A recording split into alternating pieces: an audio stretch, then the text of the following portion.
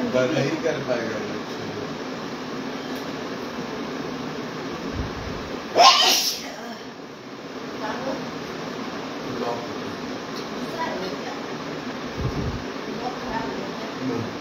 तो लगेगा इसमें कैसे यहाँ पे घुस के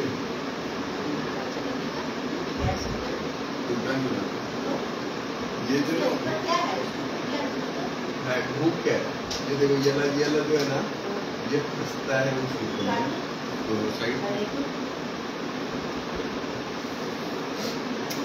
हर हर महादेव। काल हर दुखर दारी धर हर हर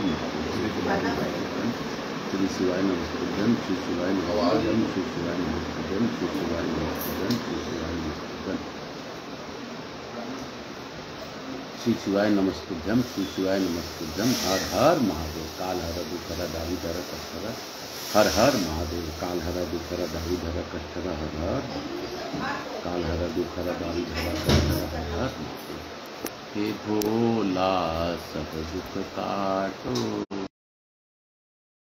तू तेरी माला बाबा भोला, जपू तेरी माला के भोला सब दुख काटो म्हारा।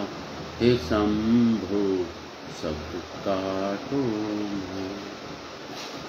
यहाँ के स्थान देवता, वास्तु देवता, ग्राम देवता, क्षेत्रपाल देवता, समझ देवी देवता को वंदन करते हुए आज दिनांक 6 अक्टूबर 2023, आज सप्तमी और अष्टमी दोनों का श्राद्ध मनाया जा रहा है। सप्तमी का भी श्राद्ध कुछ लोग निकालेंगे और कुछ लोग अष्टमी का भी निकालेंगे। आज भी ये 2 दिवसीय संयोग है। आज मेरी अष्टमी के दिन मेरे पिता उमाशंकर राजगढ़िया का तिथि श्राद्ध, साथ ही मेरी दादी माँ स्वर्गीय चमेली देवी राजगढ़िया का भी तिथि श्राद्ध। तो मैं इन दोनों को, मेरे पूजनीय दोनों को मैं प्रणाम करता हूँ, इस कथा के माध्यम से नमन करता हूँ, भोलेनाथ बाबा का आह्वान करता हूँ, गणपति गणेश जी का आह्वान करता हूँ। यहाँ के स्थान देवता, वास्तु देवता, ग्राम देवता, क्षेत्रपाल देवता, मेरी कुलदेवी कृष्णसती माता, समझ देवी देवता का आह्वान करते हुए आज 6 तारीख का पितृपक्ष श्राद्ध शिव महापुराण पढ़ूंगा। मैं अपने गुरु आचार्य संगीत कृष्ण जी महाराज सांवरिया बाबा से आदेश लेते हुए मैं अपना अल्प परिचय देते हुए आज की कथा प्रारंभ करूंगा। मैं आकाश कुमार राजगढ़िया, बंसल गोत्र उत्पन्नो हम, उमाशंकर नारायणी देवी राजगढ़िया का पुत्र, बाबूलाल चमेली देवी का पौत्र, शिवदास जी चंपा देवी का पौत्र, सांवरिया बाबा का शिष्य, अपने गुरु चरणारविंद में आदेश प्राप्त कर आज की कथा प्रारंभ कर रहा हूँ। हे बाबा, आप ही मुझसे यह कथा करवा ले, कर ले और पितरों के निमित्त यह कथा पितरों का लाभ देने वाला बन जाए, ऐसी अद्भुत कृपा मुझ पर करते रहे। बाबा, मैं सबसे पहले आपका थोड़ा सा नाम जाप भजन दत्त भगवान के साथ करूँगा, क्योंकि यह पितृ महापुराण है। इस महापुराण में दत्त का भी आह्वान होना आवश्यक है। श्री शिवाय नमस्तुभ्यं श्री गुरुदेव दत्त। श्री शिवाय नमस्तुभ्यं श्री गुरुदेव दत्त। श्री शिवाय नमस्तुभ्यं श्री गुरुदेव दत्त। श्री शिवाय नमस्तुभ्यं श्री गुरुदेव दत्त। श्री शिवाय नमस्तुभ्यं श्री गुरुदेव दत्त। श्री शिवाय नमस्तुभ्यं श्री गुरुदेव दत्त। श्री शिवाय नमस्तुभ्यं श्री गुरुदेव दत्त।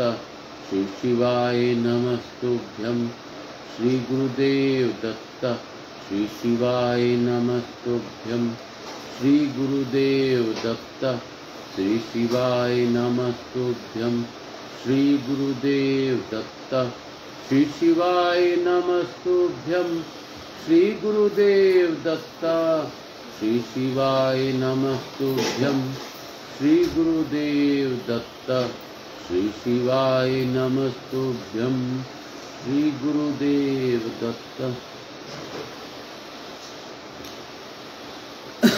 आज शिव महापुराण का अद्भुत मिलन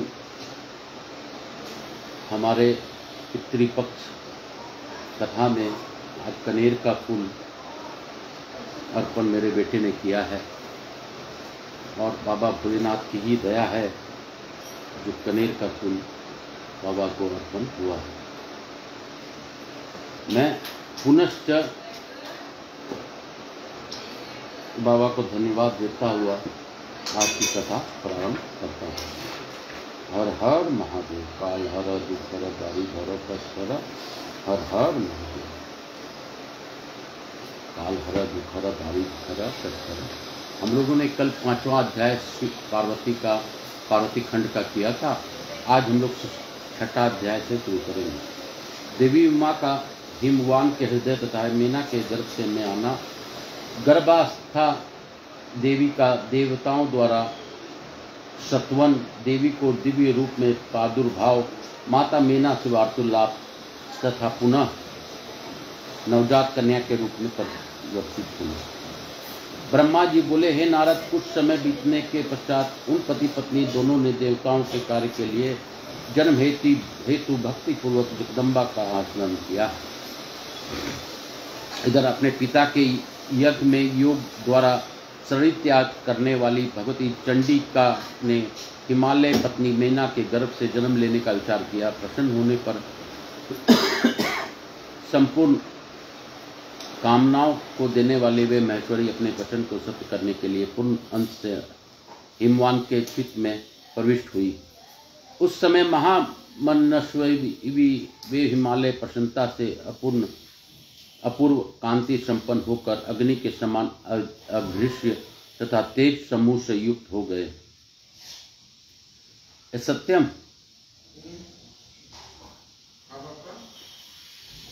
बोलो।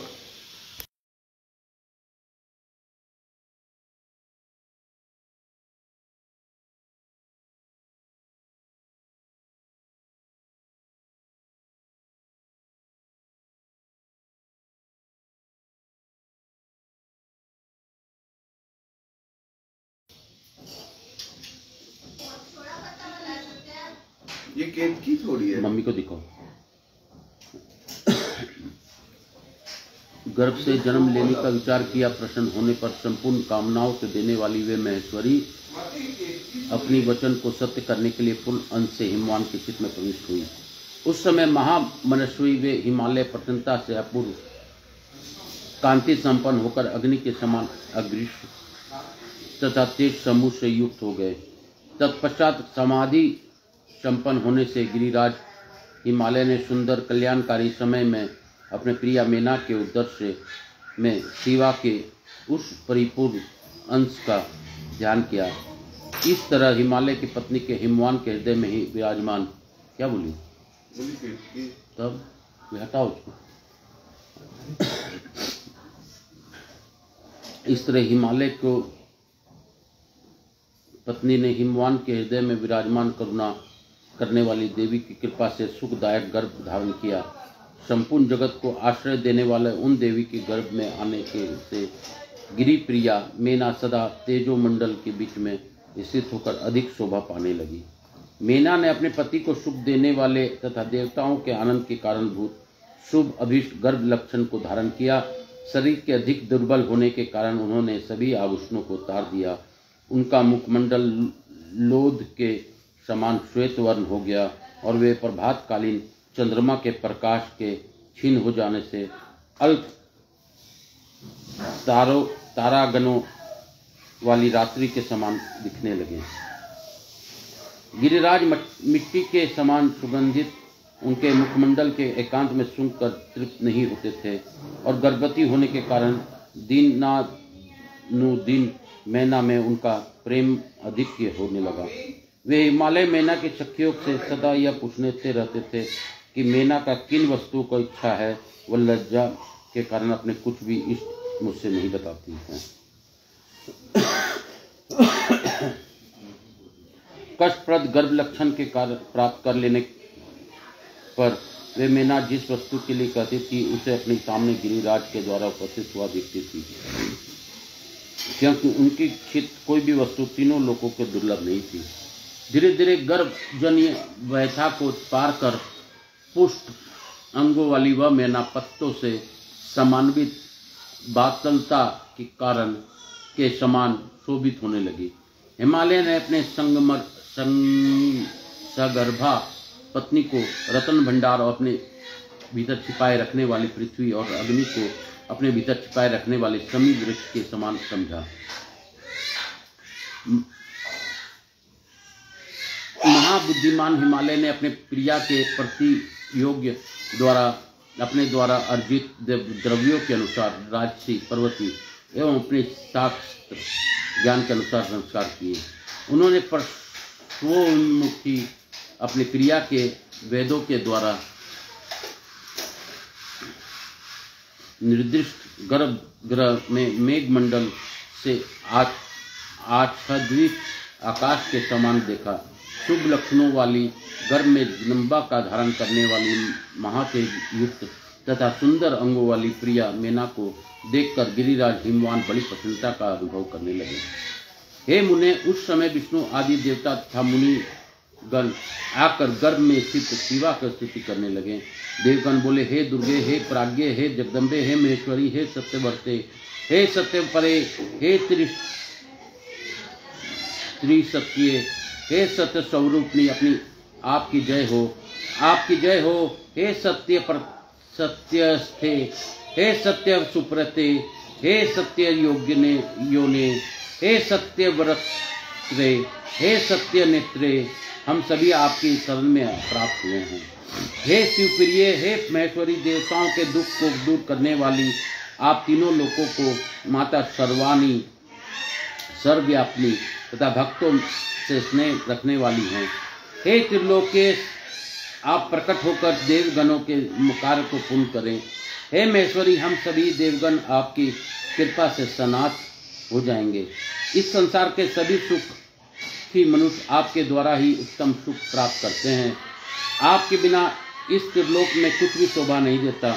ब्रह्मा जी बोले, इस प्रकार सभी देवगण प्रसन्न होकर गर्भ स्थित महेश्वरी को बहुत स्तुति करके अपने अपने धाम को चले गए।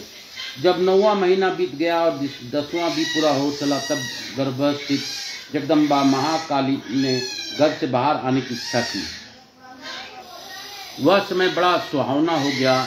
नक्षत्र, तारे तथा ग्रह शांत हो गए, आकाश निर्मल हो गया और सभी दिशाओं को प्रकाश फैल गई। वन, ग्राम तथा सागर के सहित पृथ्वी पर नाना प्रकार के मंगल होने लगे। तालाब, नदियां एवं बावलियों में कमल खिल उठे। हे मुनीश्वर, अनेक प्रकार के सुख स्पर्शी वायु बहने लगी। सभी साधुजन आनंदित हो गए तथा दुर्जन सीधी दुखी हो गए। देवता आकाश में आकर गुदुम्बियां बजाने लगे। वहां फूलों की वर्षा होने लगी तथा श्रेष्ठ गंधर्व गान करने लगे। अप्सराएं और विद्याधरों की स्त्रियां आकाश में नाचने लगी। इस प्रकार आकाश मंडल में देवताओं आदि का महान उत्सव होने लगा। उसी अवसर पर आद्या शक्ति सती शिवा देवी मैना के सामने अपनी रूप में प्रकट हुई।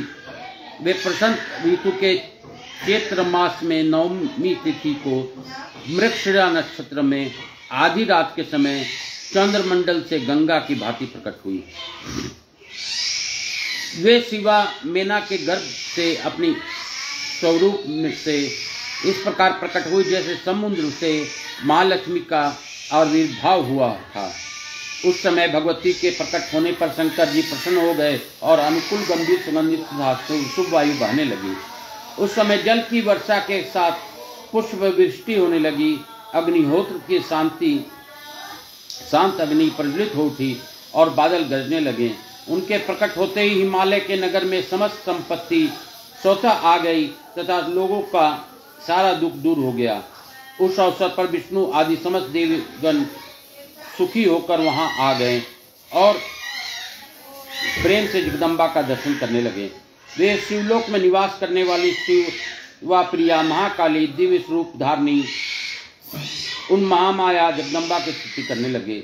देवता बोले, हे जगदम्बा, हे देवी महादेवी, हे सर्व सिद्धि विद्यायिनी, आप देवताओं का कार्य पूर्ण करने वाली हैं, इसलिए हम सभी आपको सदा प्रणाम करते हैं। हे भक्त वत्सले, आप शिवाय नमस्तुभ्यं, श्री शिवाय नमस्तुभ्यं, श्री शिवाय नमस्तुभ्यं, श्री।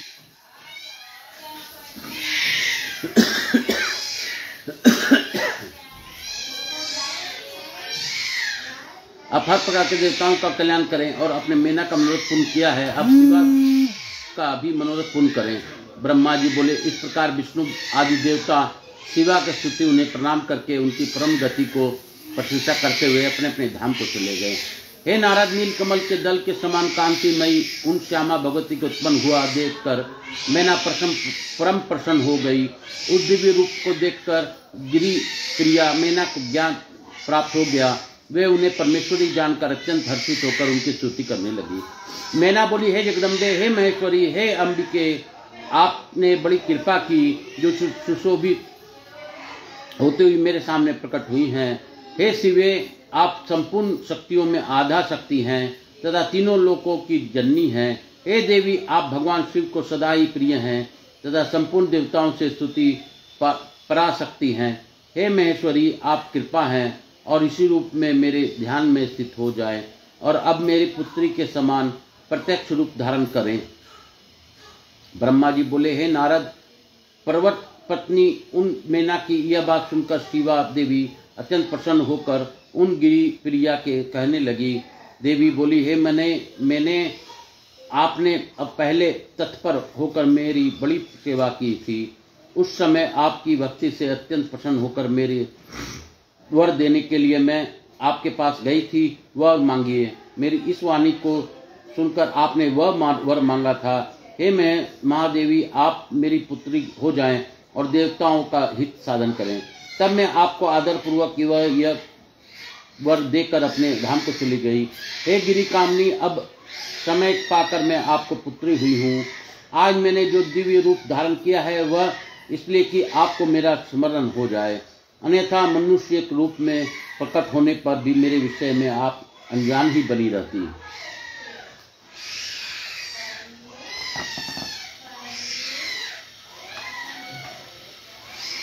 अब आप दोनों पुत्री भाव से अथवा दिव्य भाव से स्नेह पूर्वक मेरी निरंतर चिंतन करते हुए मेरी परम पद को प्राप्त हो गए।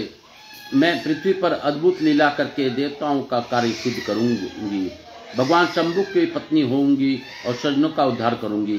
ब्रह्मा जी बोले, ऐसा कहकर अंबिका शिव मौन हो गई और उसी क्षण माता के देखते देखते अपनी माया से प्रसन्नता पूर्वक नवजात पुत्री रूप में हो गई।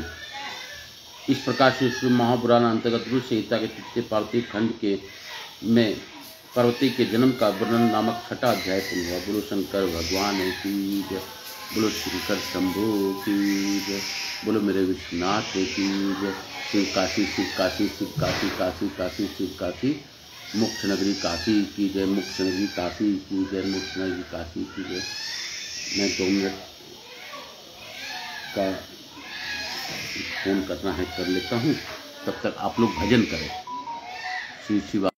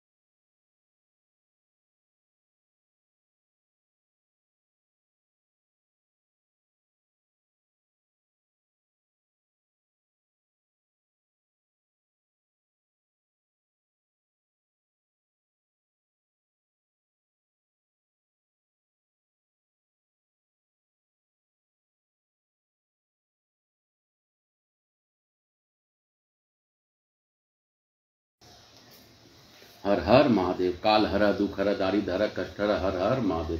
श्री शिवाय नमस्तुभ्यं हर हर महादेव। हर हर महादेव, घर घर महादेव, हर हर महादेव, घर घर महादेव। आज मेरी दादी और पिताजी का श्राद्ध कर्म है। इस निमित्त मैं अपने दादी और पिताजी का श्राद्ध कर्म को के दिन मैं भोलेनाथ का आज भारी हूँ कि मेरा थोड़ा सा तबीयत ठीक करने से मैं आज एक और अध्याय पढ़ूंगा, जो आज का सातवां अध्याय है। और मुझे पूर्ण विश्वास है कि इस कथा से भी पितरों की मुक्ति निश्चित थी। हर हर। पार्वती का नामकरण तथा उनकी बाल लीलाएं एवं विद्याध्ययन।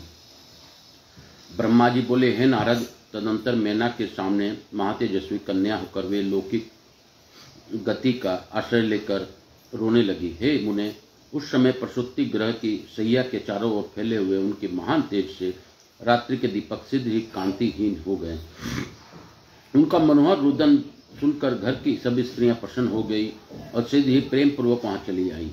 तब अंतपुरम के दूत ने देव कार्य संपन्न करने वाले, कल्याणकारक तथा सुख देने वाले पार्वती जन्म की सिद्ध ही पार्वत राज को बताया। पुत्री जन्म का समाचार सुनने वाले अंतपुर के दूत को न्यौछावर वश रूप में देने हेतु उन पर्वतराज के लिए श्वेत छत्र तक अदय नहीं रहा। तत्पश्चात पुरोहित और ब्राह्मणों के साथ गिरिराज वहां गए और उन्होंने अपूर्व कांति से सुशोभित हुए उस कन्या को देखा। नीलकमल के सामने मान श्याम वर्ण सुंदर कांति से युक्त तथा अत्यंत मनोरम उस कन्या को देखकर ही गिरिराज अत्यंत प्रसन्न हो गए। नगर में रहने वाले समस्त स्त्री एवं पुरुष परम प्रसन्न हुए। उस समय नगर में अनेक प्रकार के बाजे बजने लगे और बहुत बड़ा उत्सव होने लगा। मंगल गान होने लगा और वीरांगनाएं नृत्य करने लगी। गिरिराज ने कन्या का जात कर्म संस्कार कर दुई जातियों को दान दिया। उसके बाद दरवाजे पर आकर हिमाचल ने महान उत्सव मनाया और प्रसन्नचित होकर विष्णु को बहुत सा धन दिया। तदंतर हिमवान ने शुभ मुहूर्त में मुनियों के साथ उस कन्या के काली आदि सुखदायक नाम रखे। उन्होंने उस समय ब्राह्मणों का प्रेम तथा आदर पूर्वक बहुत सा धन प्रदान किया और गाना पूर्वक उनके प्रकाश का उत्सव मन कराया। इस प्रकार उत्सव मनाकर बार बार काली को देखते हुए सपत्नीक हिमालय अनेक पुत्रों वाले होने पर भी बहुत आनंदित हुए। देवी शिवा गिरिराज के घर में वर्षा के समय गंगा के समान तथा शरद ऋतु के चांदनी के समान बढ़ने लगी। इस प्रकार परम सुंदरी तथा दिव्य दर्शन वाली कालिका देवी प्रतिदिन चंद्रकला के समान शोभायुक्त हो बढ़ने लगी। सुशीला आदि गणों ने से संयुक्त तथा बंधु जनों के प्रिय उस कन्या को कुटुंब के लोग अपने अपने कुल परंपरा के अनुसार पार्वती उस नाम से पुकारने लगे। हे मुने, माता ने उन कालिका को उमा कहकर तपस्या करने से मना किया था, अतः बाद में वे सम्मुखी लोक में उमा नाम से विख्यात हुई। पुत्रवान होते हुए भी पर्वतराज हिमालय सर्व सौभाग्य युक्त उस पार्वती नामक अपनी संतान को देखते हुए तृप्त नहीं होते थे, क्योंकि हे मुनीश्वर, बसंत ऋतु में नाना प्रकार के पुष्पों में रस होने पर भी भ्रमरावली आपके बोर पर भी विशेष रूप से आसक्त होती थी। वे पर्वतराज हिमालय उस पार्वती से उस प्रकार पवित्र तथा विभूषित हुई, वे जिस प्रकार संसार से युक्त वाणी से विद्वान पवित्र तथा विभूषित होता है, जिस प्रकार महान प्रभावशाली शिखा से भवन का दीपक एवं त्रिमार्ग गामिनी गंगा से सन्मार्ग शोभित होता है, उसी प्रकार पार्वती द्वारा पर्वतराज शोभित हुए। वे पार्वती बचपन में अपने सहेलियों के साथ कंदुक गेंद, कृत्रिम पुतला तथा गंगा के बालुका से बनाई गई वेदियों द्वारा क्रीड़ा करती थी। उसके अनंतर हे मुने वे शिवा देवी उपदेश के समय एकाग्रचित होकर सदगुरु से अत्यंत प्रीतिपूर्वक सभी विद्याएं पढ़ने लगी। जिस प्रकार शरद ऋतु में हंस पक्षी गंगा के तथा रात्रि में अमृतमयी चंद्र किरणों में औषधियों पर प्राप्त होती है, उस प्रकार उन पार्वती को पूर्व जन्म की विद्याएं स्वयं प्राप्त हो गई। हे मुने, इस प्रकार मैंने शिवा को कुछ लीला से आपको वर्णन किया। अब अन्य लीलाओं भी वर्णन करूंगा, आप प्रेम पूर्वक सुने। इति श्री महापुराणे द्वितीय संहिता तृतीय पार्वती खंडे पार्वती बाल लीला वर्णनम नामक सप्तम अध्याय। इस प्रकार से शिव महापुराण के अंतर्गत दूसरी संहिता पार्वती खंड के पार्वती की बाल्य लीला वर्णन नामक सातवां अध्याय पूर्ण हुआ। आज सातवां अध्याय पढ़ा, फिर भी मेरे पास कुछ समय है, मैं आठवां अध्याय पढ़ूंगा, क्योंकि जितना पाठ महापुराण का होगा उस प्रकार हमारे जीवन में, हमारे पितरों के जीवन में कष्ट कम होंगे, ये मुझे विश्वास है। नारद मुनि का हिमालय के समीप गमन, वहाँ पार्वती का हाथ देखकर भावी लक्षणों को पिताना, चिंतित हिमवान को शिव महिमा बताना या शिव से विवाह करने का परामर्श देना। ब्रह्मा जी बोले, हे नारद, एक समय की बात है, आप शिव जी से प्रेरित होकर प्रसन्नतापूर्वक हिमालय के घर गए। आप शिव तत्व के ज्ञाता और शिव के लीला के जानकारों से में श्रेष्ठ हैं।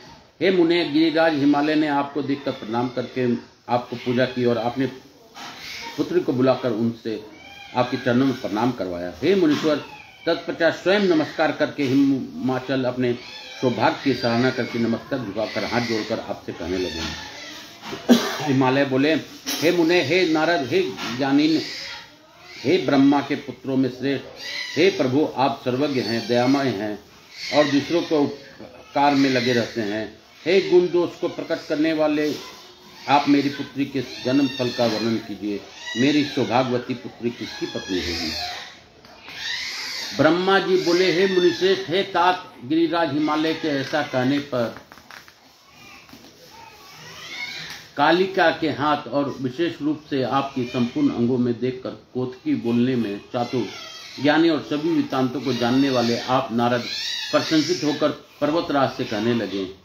नारद बोले, हे शैलराज, हे मैंने आपकी यह पुत्री चंद्रमा की आदि कला के समान बढ़ रही है, यह समस्त शुभ लक्षणों से संपन्न है, यह आपके पति के लिए अत्यंत सुखदायिनी, माता पिता की कीर्ति को बढ़ाने वाली, समस्त नारियों में परम साध्वी और सज्जनों को सदा महान आनंद देने वाली होगी। हे गिरे, आपकी पुत्री के हाथ में उत्तम लक्षण विद्यमान है, केवल एक रेखा विलक्षण है, उसका फल यथार्थ रूप से जान सुनिए। इसे ऐसा पति प्राप्त होगा जो योगी, नग्न, निर्गुण, निष्काम, माता पिता से रहित, मानवीन और अमंगल वेश वाला होगा। ब्रह्मा जी बोले, हे नारद, आपकी इस बात को सुनकर और सत्य मानकर वे मैना तथा हिमालय दोनों पति पत्नी बहुत दुखी हुए।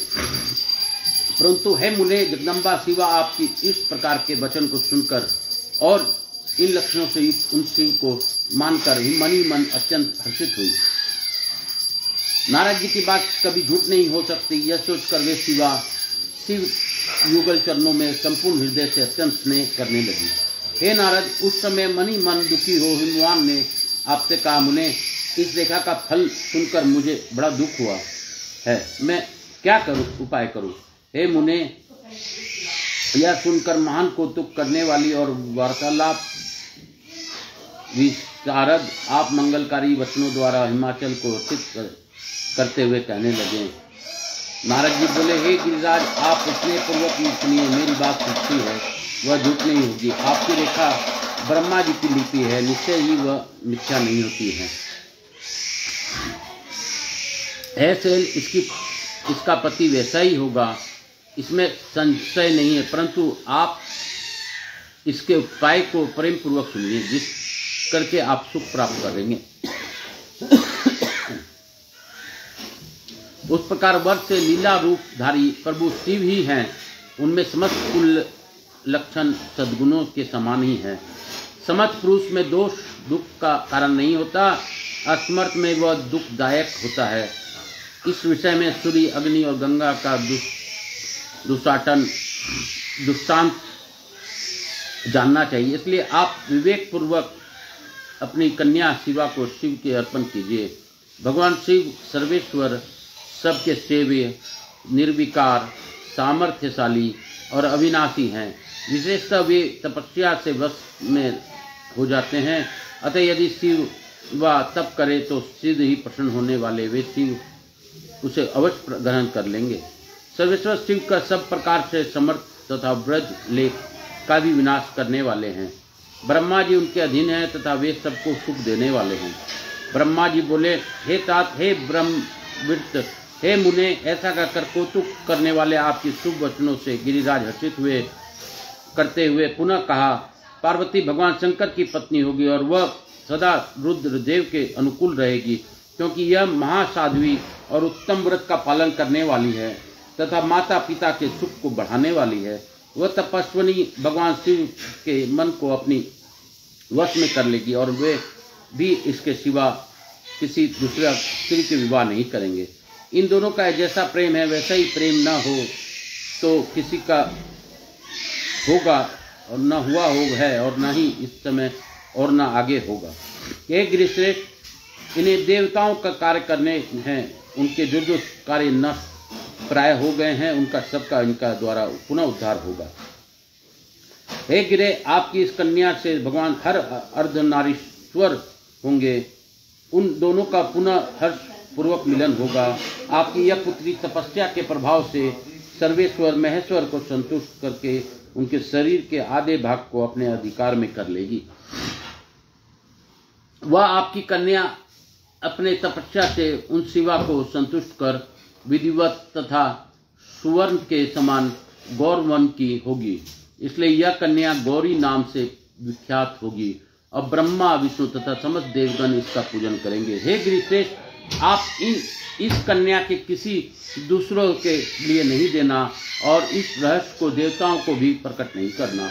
ब्रह्मा जी बोले, हे देवर्षे, हे नारद, हे मुने, आपकी वचन सुनकर वाक्य विशारद विमालय आपसे यह वाक्य कहने लगे। विमालय बोले, हे मुने, हे नारद, हे प्राज्ञ, मैं आपसे कुछ निवेदन कर रहा हूँ। आप मुझे प्रेम पूर्वक सुनिए और आनंद का अनुभव कीजिए। सुना जाता है कि वे महादेव जी आसक्तियों का त्याग करके अपने मन को संयम में रखते हुए नित्य तपस्या करते हैं और देवताओं की दृष्टि में नहीं आते। हे देवर्षि, ध्यान मार्ग में स्थित हुए वे भगवान शंकर पर ब्रह्म में लगाए हुए अपने मन को किस प्रकार विचलित करेंगे, इस विषय में आपकी महान संशय है। दीपक के लोग समान प्रकाशमान, अविनाशी, प्रकृति से परे, निर्विकार, निर्गुण, सगुण, निर्विशेष और निरह जो पर ब्रह्म है, वही उनका सपना अपना सदाशिव नामक स्वरूप है। अतः वे उसी का सर्वत्र साक्षात्कार करते हैं, किसी ब्रह्मा वस्तु पर दृष्टिपात नहीं करते। हे मुने, यहाँ आए हुए किन्नरों के मुख से उनके विषय में नित्य ऐसा सुना जाता है। क्या यह बात मिथ्या ही है? विशेषतः यह बात भी सुनने में आती है कि भगवान हर ने पुरुष समय में सती के समक्ष प्रतीक्षा की थी कि उसे मैं कहता हूँ, आप सुने। उन्होंने कहा था, हे दक्षायनी, हे सती, हे प्रिय, मैं तुम्हारी अतिरिक्त दूसरी स्त्री का न तो वरण करूंगा और न तो उसी पत्नी रूप में ग्रहण करूंगा। यह मैं तुमसे सत्य कहता हूँ। इस प्रकार सती के साथ उन्होंने पहले ही प्रतिज्ञा कर ली है। अब सती के मर जाने पर वे स्वयं दूसरी स्त्री को कैसे ग्रहण करेंगे? ब्रह्मा जी बोले, हे देवर्षि, यह कहकर उन गिरी ने आपके सामने मौन धारण कर लिया। तब उस सुनकर आप तत्पूर्वक यह बात कहने लगे। नारद जी बोले, हे गिरिराज, मैं हे महामते, आपको चिंता नहीं करनी चाहिए। आपकी यह कन्या काली पूर्व समय में दक्ष की पुत्री थी। उस समय उसका नाम सती था, जो सदा मंगल प्रदान करने वाला है। वह सती दक्ष कन्या होकर रुद्र की प्रिया बनी थी। उस सती ने अपने पिता के यज्ञ में अनादर पाकर तथा भगवान शंकर को भी अपमान हुआ देखकर कोप करके अपने शरीर को त्याग दिया था। वही अंबिका शिवा आपके घर में उत्पन्न हुई है। यह पार्वती भगवान शंकर की पत्नी होगी, इसमें संदेह नहीं है। ब्रह्मा जी ने कहा, हे मुने, उस समय आपने पार्वती का यह सब प्रीतिवर्धक पूर्व जन्म तथा चरित्र विस्तार पूर्वक गिरिराज से कहा था। मुनि के मुख से काली के संपूर्ण पूर्व वृत्तांत को सुनकर पुत्र स्त्री सहित वे गिरी संदेह रहित हो गए। तत्पश्चात काली ने नारद जी के मुख से उस कथा को सुनकर लज्जा से मुख नीचे कर लिया और उनके मुख पर मुस्कान छा गई। उसके चरित्र को सुनकर हाथ में उसका स्पर्श करके और बार बार उसका मस्तक सुनकर हिमालय ने उसे अपने आसन के पास बैठाया। तब हे मुने, आप वहां बैठी हुई उस काली को देखकर पुत्रों सहित गिरिराज एवं मेना को प्रसन्न करते हुए कहने लगे, हे शैलराज, इस पर्वत पार्वती के बैठने के लिए यह सिंहासन क्या है? इसका आसन तो सदा शंभु का उरु देश होगा। यह तुम्हारी तन्या शिव जी के अरु का आसन प्राप्त करेगी, जहां किसी को दृष्टि अथवा मन तक नहीं जा सकेगा। ब्रह्मा जी बोले, हे नारद, इस प्रकार आप गिरिराज के उद्धार वचन कहकर वहां से स्वर्ग चले गए और वे गिरिराज भी चित्त में प्रसन्न होकर संपूर्ण समाधियों से युक्त अपने घर चले गए। इति श्री महापुराणे द्वितीय आयुर्वेद संहितायां तृतीय पार्वती खंडे नारद हिमालय संवाद वर्णनम नाम 8वां अध्याय। इस प्रकार से श्री महापुराण के अंतर्गत द्वितीय रूप संहिता के तृतीय पार्वती खंड में नारद हिमालय संवाद वर्णन नामक 8वां अध्याय पूर्ण हुआ। बोलो शंकर भगवान की जय, बोलो मेरे विश्वनाथ की जय, बोलो काशीपति अधिनाथ की जय, बोलो मेरे भोलेनाथ की जय। हर हर महादेव। काल हर दुख हर दारिद्र हर कष्ट हर हर महादेव। हर हर महादेव। काल हर दुख हर दारिद्र हर कष्ट हर हर महादेव। शिव महापुराण से 71 पीढ़ियां तरती है। उस प्रकार यह अभी मेरे परण के अनुसार मैंने शिव महापुराण पितृपक्ष पाक्षिक का स्मरण किया है, आह्वान किया है। जो भी मैं कथा पढ़ूं यह 15 दिनों तक पितरों को मुक्ति करने का साधन बन जाए। जिनका भी पितर अगर कोई भी मोक्ष की प्राप्ति के लिए भटक रहे हों तो इस कथा के माध्यम से उनको आगे की गति हो जाए। मेरी ऐसी प्रार्थना है महादेव, जो भी इस कथा को सुने 5 मिनट 10 मिनट 20 मिनट उनके पितर आगे की गति को प्राप्त करें। यह 15 दिन का अद्भुत कथा हमारा प्रण द्वारा आपने दिया है बाबा। हे बाबा, आप मेरा प्रण को पूर्ण करने के लिए आपको करना ही पड़ेगा, क्योंकि यह भी सत्य है जिस प्रकार सती अनसुईया ने आपसे वरदान में अपने आपको पुत्र के रूप में मांगा था, उसी रूप में आपने तीनों भगवान ने त्रिदेवों ने उनको दत्तात्रेय भगवान का रूप में पुत्र हुए थे। जिस प्रकार सबरी ने झूठे बैर खाए थे और बैर खाते हुए उसने स्मरण किया था कि राम आएंगे राम आएंगे राम आएंगे, और राम के वेश में विष्णु को आना पड़ा था, क्योंकि भक्त के बस में है भगवान, भगवान के बस में भक्त नहीं है। यह भी सत्य है। हे भोलेनाथ, मुझे पूर्ण विश्वास है आप मेरी इस बात को पूर्ण करने के लिए, पितरों को मुक्ति देने के लिए आप अवश्य आएंगे, और आप आकर पितरों की मुक्ति आप जरूर करेंगे। मुझे यह पूरा विश्वास है, और जो भी इस कथा को सुनेगा उनको पितरों की मुक्ति प्राप्त अवश्य होगी। हे महादेव, मुझसे जुड़े, मेरे व्यापार से जुड़े, मेरे परिवार के सभी लोगों से जुड़े, मेरे पूर्वज, मेरे पितामह, मेरे दादा, परदादा, आगे के और दादा दादी, कोई भी अगर इस पुराण के माध्यम से अपना मोक्ष प्राप्ति करना चाहते हो तो उनको मोक्ष प्रदान करिए। मेरे नाना पितामही नाना नानी के परिवार में भी अगर किसी के मोक्ष प्राप्ति की इच्छा हो तो इस महापुराण के मेरे प्रण को पूर्ण करते हुए उनको भी मोक्ष प्रदान कीजिए महादेव। मेरे नाना के परिवार में भी मुझे पूरा विश्वास है कि वहाँ पर भी पितृ कष्ट है, लेकिन मेरे इस कार्य से आप प्रसन्न होइए, आप प्रसन्न होइए, आप प्रसन्न होइए। आपसे ऐसा कोई काम नहीं है जिससे कि आप नहीं कर सकते हैं महादेव। आपको करना ही पड़ेगा और आप ही कर सकते हैं। जिनका भी मोक्ष प्राप्ति इस महापुराण के माध्यम से है उनको अवश्य रूप से प्रदान कीजिए महादेव, अवश्य रूप से प्रदान कीजिए। आप तो देते हैं महादेव, मैं तो बस मांगता ही रहता हूँ, मैं तो मांगता ही रहता हूँ। हे भोलेनाथ, फिर भी मैं मांगूंगा क्योंकि आप मेरे पिता हैं, दादा हैं। आप ही हैं जिनसे बच्चों का हक चलता है। आप सबके दादा हैं, मेरे दादा हैं, मेरे पिता के दादा हैं। आप सबके दादा होने के कारण बच्चे हमेशा दादा से कुछ भी जिद करके ले सकते हैं। दादा ही उनको अपनी गोद में बिठाकर उनकी बातों को मानता है। आपको भी मानना पड़ेगा महादेव, आपको भी मानना पड़ेगा। आप मेरे पूर्वजों को मुक्ति दीजिए। इस महापुराण में जो भी सुन रहे हैं उनके पूर्वजों को मुक्ति दीजिए। आपको देना ही पड़ेगा, आपको यह कार्य करना ही पड़ेगा। आज मेरे पिता स्वर्गीय उमाशंकर जी राजगढ़िया का तिथि श्राद्ध है। मेरी दादी चमेली देवी राजगढ़िया का भी तिथि श्राद्ध है।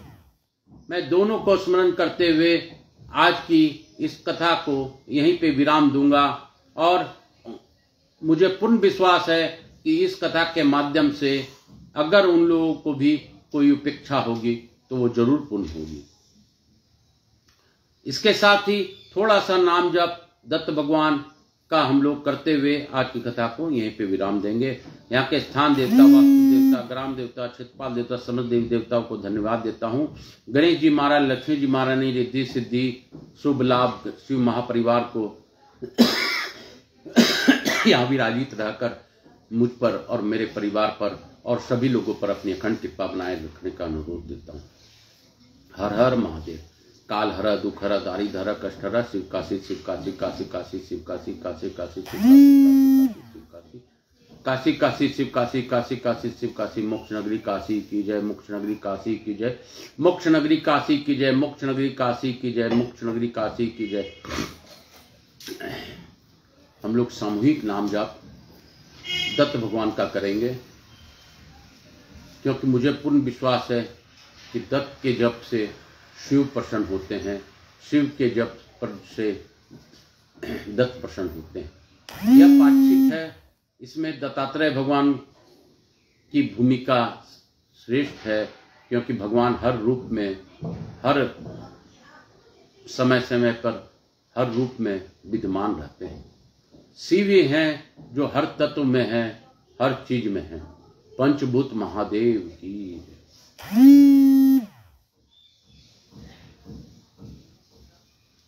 श्री गुरुदेव दत्त, श्री गुरुदेव दत्त, श्री गुरुदेव दत्त, श्री गुरुदेव दत्त, श्री गुरुदेव दत्त, श्री गुरुदेव दत्त, श्री गुरुदेव दत्त, श्री गुरुदेव दत्त, श्री गुरुदेव दत्त, श्री गुरुदेव दत्त, श्री गुरुदेव दत्त, श्री गुरुदेव दत्त, श्री गुरुदेव दत्त, श्री गुरुदेव दत्त, श्री गुरुदेव दत्त, श्री गुरुदेव दत्त, श्री गुरुदेव दत्त, श्री गुरुदेव दत्त, श्री गुरुदेव दत्त,